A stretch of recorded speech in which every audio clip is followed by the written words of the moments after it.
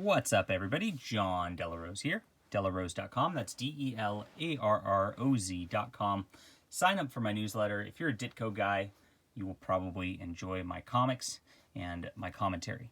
So here it is, the Ditko package today. This is a short graphic novel form, and I'm basically picking up every Ditko graphic novel that's out there from his independent stuff with Robin Snyder. This was one of the first ones that they did, which I believe originally came out in 1989, and this is a reprint of that was done in 2001. I'm not exactly sure how many pages it is. I think it's around 80 or so. Now, they did these Ditko packages. There were a bunch of these that were done in the early 90s, and most of them were labeled like the 160-page package or the 172-page package. There's the Ditko Published Service package.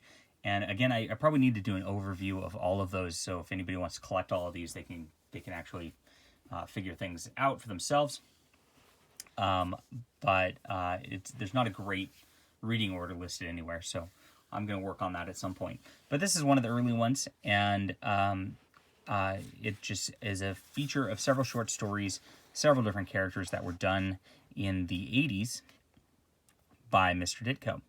It starts out with this character called Shag, and there's 4 or 5 Shag stories in here. And I've read a lot of Ditko stuff, and of course I love the art and the panel layout and all that. I feel like this character's kind of the weakest out of all of them. I really didn't get a great feel for who Jay Oker was as a background. When I've read Static or I read Mr. A, I really knew who his secret identity was very well. Knew his motivations, knew kind of the point of it. This one seems to have a little less of his philosophy into it, and so he's just fighting bad guys in different cases. Now, there's a few interludes in here called faces, or heads, I'm sorry, and the heads actually just show different expressions, and Steve Ditko really drills in on tons of different expressions. You see how small some of these get in the panels. But it's lots of different situations where he's just showing how people react emotionally and non-rationally. And it's pretty fun. So I like these little interludes in here, going through these. Neat stuff. And also, it must be fun as an artist drawing just these little studies on different expressions, basically. So cool stuff there. We get into more Shag. And Ditko faces Shag against some, kind of uninspired villains every time. We got the Smasher in this one, and it's a cool look. It's very different, but again, I just couldn't get into this story like I've gotten into a lot of his other stuff. I just feel like there just wasn't that hard inspiration that you get. Like Static had just huge inspiration to it, and had storyline and characters and background characters that you really came to care about. Not so much here. The Corrector is another hero that got introduced here. Very, very shocking. Look at this. Look at this art here. This is a crazy design.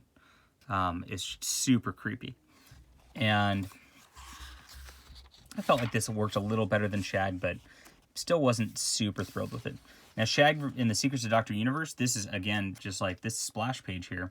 As much as I wasn't so into the story so much, I mean, this is just such a cool thing. You get this beautiful big universe concept, like kind of the stars in here, and the character, kind of floating down here. Awesome stuff. This is beautiful, beautiful stuff. Now, this storyline, somebody's actually kind of made their own micro universe in it, and so there was an interesting concept with it. But for this time period of Ditko's work, like I said, I really like Static a lot better, and actually, I think his best probably was Speedball from Marvel Comics, which he was doing around this time also. But beautiful visuals. Even if the story wasn't like a home run for me, I mean, you gotta respect just like the design of the art here. Look at this. This is there's very few who could come up with cool stuff like this, and this is the difference between a creator and a draftsman. A lot of draftsmen in comics kind of just copy things, and they try to add a lot of detail to it to make it look whatever. But really, Steve Ditko's creating his own worlds here that are very, very different and very unique looking. And you can tell it's his art immediately. Very cool. We get some more heads. Very enjoyable stuff again. And then it shifts in this package here to a character Killjoy. And Killjoy is a little bit more inspired, I feel like. And the storylines deal with Killjoy facing off against bad guys who are like, it's not fair. You should allow me to do my thing. You should allow me to be a criminal. It's not fair. It's unfair. And that's kind of the concept of this, is that the evildoers always just want to make excuses for everything they do. And they want to try to justify everything they do, even though there's no real justification for it. And Killjoy just doesn't care. He's a killjoy, so he's going to kill their joy. So it's very funny. And I enjoyed that quite a bit more than the Shag stuff. Then we get into the last Shag, and we get Earthquaker, who has a tagline where he's just like, you're going to quake with fear. And he says that like 3 or 4 times over the course of here. And, you know, he shakes up the earth and all that. Shag fights him. Pretty standard superhero fare here. I don't like Shag's design very much. I mean, I get that Ditko's doing something different in all these, but Shag's got literal shag. It's just very weird. Abrasive to look at. You know, I don't know. So again, this one just ends with I guess he's not walking away from that one, and that's it. So we get a third concept of heads. These are beautiful to read, and can't go over them too much just because, you know, they're very self-explanatory. So if you ever get into this, you'll enjoy it.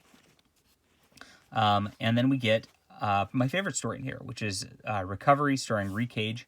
And this guy is a recovery agent. So people steal stuff, and he recovers it for them. He's got like an insurance business, and he goes and takes care of that. This is inspiring. I loved this. I love the whole concept of this and everything. And of course, he's got evildoers who just want to loot and steal.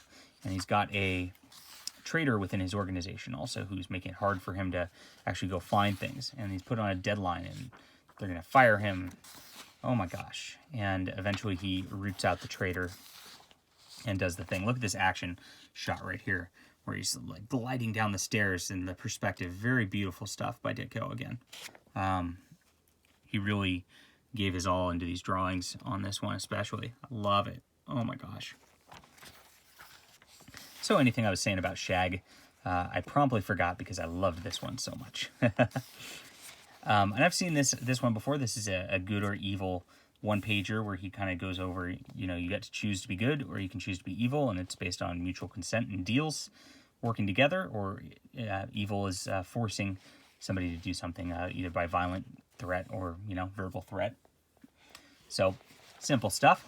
And we get one more Killjoy. So this Killjoy story really amps up that whole, like, villains are saying it's unfair, and they actually have people protesting against Killjoy as he goes through. Each page has its own kind of villain, and then they all kind of team up together at the end, working for this gal who's duping Killjoy into trying to protect her at first, and then she reveals her true identity, and he's still alive, and she says, "Oh, how could you be so cruel to make me fail?"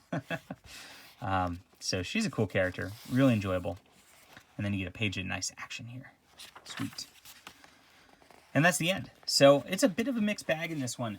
You know, I've been very positive of a lot of the latter Ditko stuff, but I just feel like the concept of the Shag didn't quite hit the strides that a lot of his other stuff. You can tell when he's into his philosophy and he's just nailing that, that he just really has a ton of passion for it.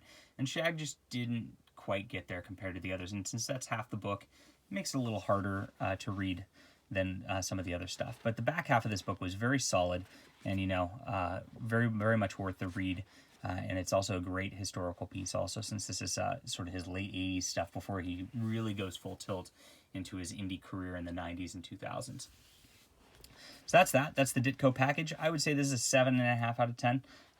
Mostly enjoyable, but it's not his best work. And we'll be going over the Ditko stuff as we go further along. Let me know what you think about this. Hit that like and subscribe button, and we'll be back soon.